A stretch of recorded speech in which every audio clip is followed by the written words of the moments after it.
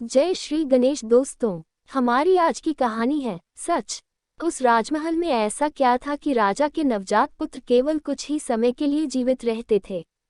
रानी को जब सच का पता चला तो उसने अब शुरू करते हैं कहानी।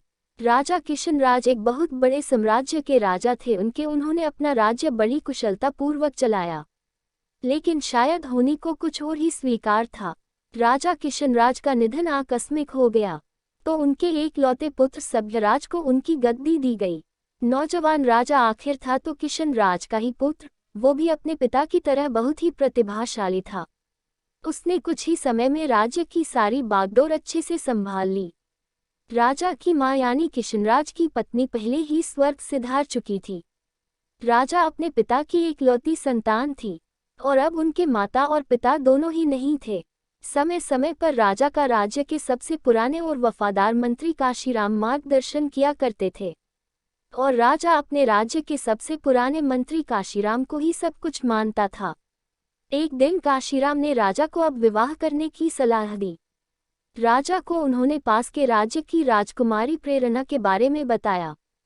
कहा कि प्रेरणा बहुत ही गुणवती और संस्कारी है, साथ ही समझदार भी। आपके साथ इस राज्य को चलाने में भी आपको बहुत सहयोग करेगी।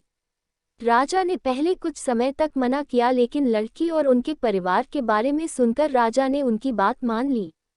राजकुमारी और उनके परिवार वाले पहले ही राजा से बहुत प्रभावित थे, इसलिए वो विवाह के लिए तैयार थे। आखिर ऐसे राजा से शादी कौन नहीं करना चाहेगा।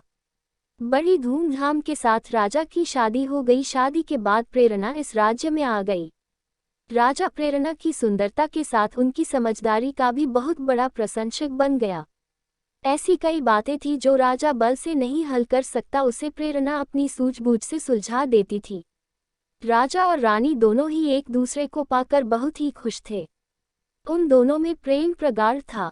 ठीक 1 साल बाद रानी प्रेरणा गर्भवती हो गई। राजा और रानी दोनों अपनी पहली संतान के लिए बहुत खुश थे। भगवान का बहुत धन्यवाद दे रहे थे। राजा ने योजना बनाई थी कि उनकी संतान होने पर वो पूरे राज्य को निमंत्रण देंगे। आखिरकार वो दिन आ ही गया और रानी ने एक पुत्र को जन्म दिया। राजा और रानी की प्रसन्नता का कोई ठिकाना नहीं रहा, लेकिन यह खुशी ज्यादा देर तक नहीं टिक पाई। नवजात पुत्र कुछ ही घंटों में मर गया।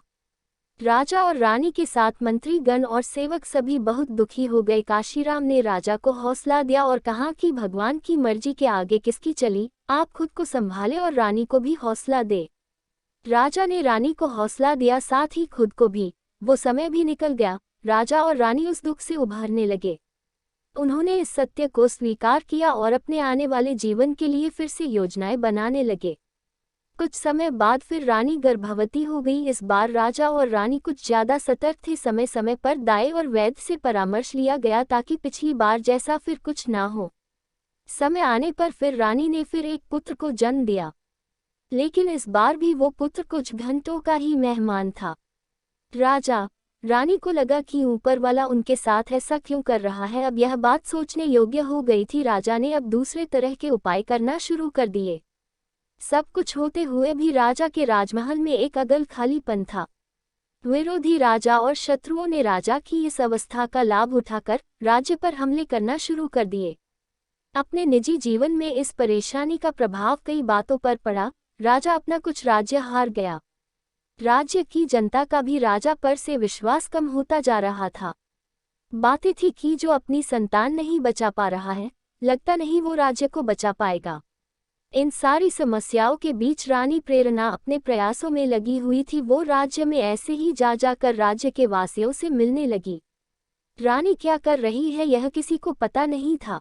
फिर करीब 6 महीने बाद वो राजा को बोली कि अब हमारी संतान की मृत्यु नहीं होगी, लेकिन उसके लिए आपको मेरी बात मानना पड़ेगी। राजा पहले ही जानता था कि रानी बुद्धिमान है और कहना मानना हमेशा ही उनके लिए अच्छा रहा है, इसलिए राजा झट से हाँ बोलते हुए बोला कि हाँ, आप जो बोले, जैसा बोले वैसा ही होगा। बताइए। रानी बोली, आज रात के बाद मैं अज्ञात जगह चली जाऊंगी और संतान प्राप्ति के बाद मैं उचित समय पर वापस आ जाऊंगी। आप मुझे ढूंढने का प्रयास मत कीजिएगा। राजा बोला, अज्ञात, यह आप क्या कर रही है? आप रानी होकर ऐसी बातें कर रही है, आप कहाँ रहेंगी? रानी बोली कि अगर आपको हमारी संतान चाहिए तो आपको मेरी बात माननी पड़ेगी।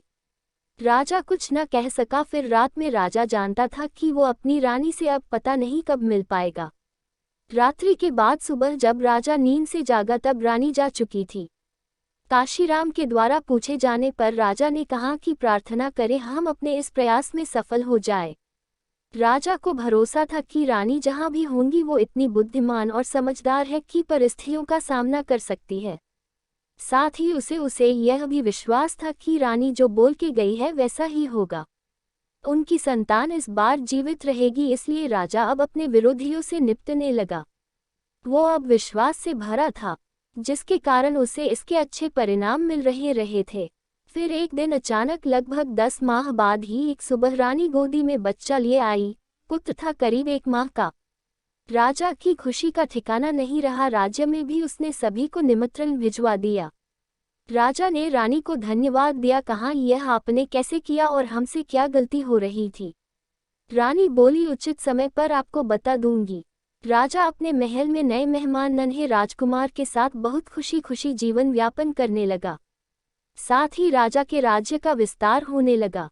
लेकिन पुत्र के आने के बाद रानी में बहुत सारे बदलाव हुए। रानी अब पहले जैसी नहीं रही थी, ऐसा सोचना राजा का था।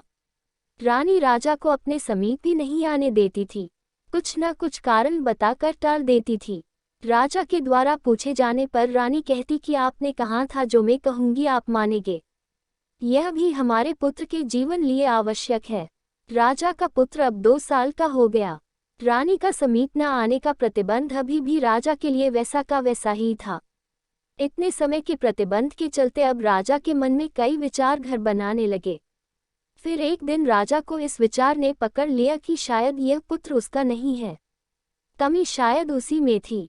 रानी को यह पता चल गया, इसलिए रानी अब उसे अपने पास नहीं आने देती। अब उसे यह विचार हमेशा सताने लगा। अब हर बात और हौसले में वो अपने को अपमानित मान रहा था। राजा ने एक दिन रानी को पूछा कि आपने कहा था कि यह बच्चा कैसे जीवित रहा, आप बताएगी।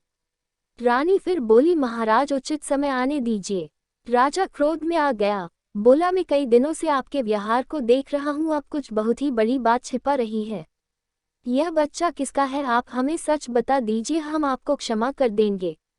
रानी को राजा के इस तरह के बर्ताव से अचरज हुआ। उन्होंने बोला यह बच्चा हमारा है, आप कैसी बातें कर रहे हैं।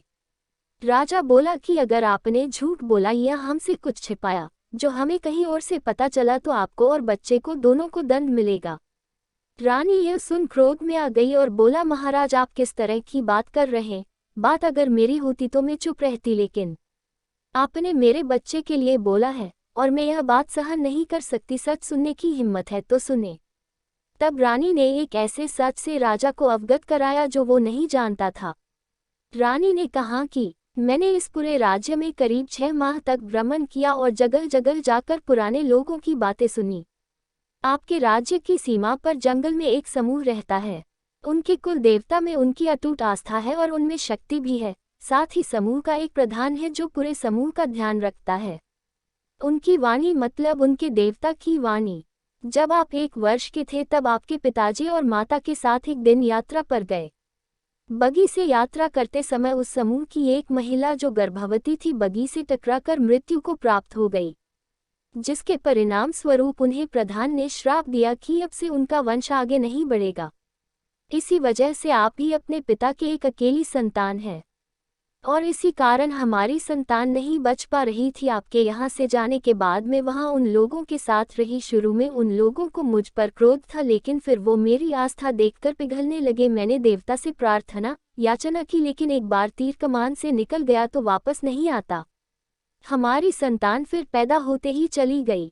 फिर राजा पूछता है तो यह बच्चा किसका है।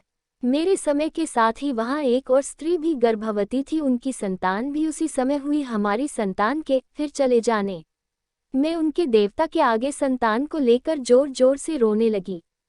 तभी वो सारे समूह वासी इस बच्चे मुझे देने आ गए और मेरे आगे घुटने टेक कर मुझे समर्पित कर दिया। उनकी आंखों में मेरे लिए प्यार था, दया थी और हाथ में बच्चा था। बस मुझे लगा कि अब हमें क्षमा मिल गई। नवजात को मैं कुछ दिन वहां रहने के बाद ले आई। आप अपना बच्चा न होने से कितने दुखी थे। उन लोगों की दया और महानता देखो, एक राजा को उन्होंने अपना बच्चा दे दिया, वो भी उस राजा के पुत्र को जिसने उन्हें चोट पहुंचाई थी। मुझे लगा कि इस बच्चे को जीवन भर अपार स्नेह देना ही हमारा प्रायश्चित है। राजा यह सब सुनकर कुछ बोलने लायक नहीं रहा, खुद को कोसने लगा। बोला, मैं तो आपके क्षमा के लायक भी नहीं हूँ। अपने परिवार की इस श्राप का पता मुझे नहीं लगा और आपने इतनी तपस्या की, मैंने आपसे विवाह करके आपके साथ अच्छा नहीं किया, मुझे क्षमा करें। रानी ने कहा कि शायद मेरे द्वारा ही इसका पता लगाया जा सकता था, इसलिए भगवान मुझे आपके पास ले आए। फिर राजा भी रानी के साथ वहां उन सभी से भेंट करने और क्षमा मांगने गया और उनकी दया को स्वीकार करते हुए उस बच्चे को बहुत स्नेह करने लगा। आपको यह कहानी कैसी लगी हमें कमेंट कर जरूर बताएं। अगर अच्छी लगे तो वीडियो को लाइक, शेयर और चैनल को सब्सक्राइब जरूर कर दीजिएगा। धन्यवाद दोस्तों।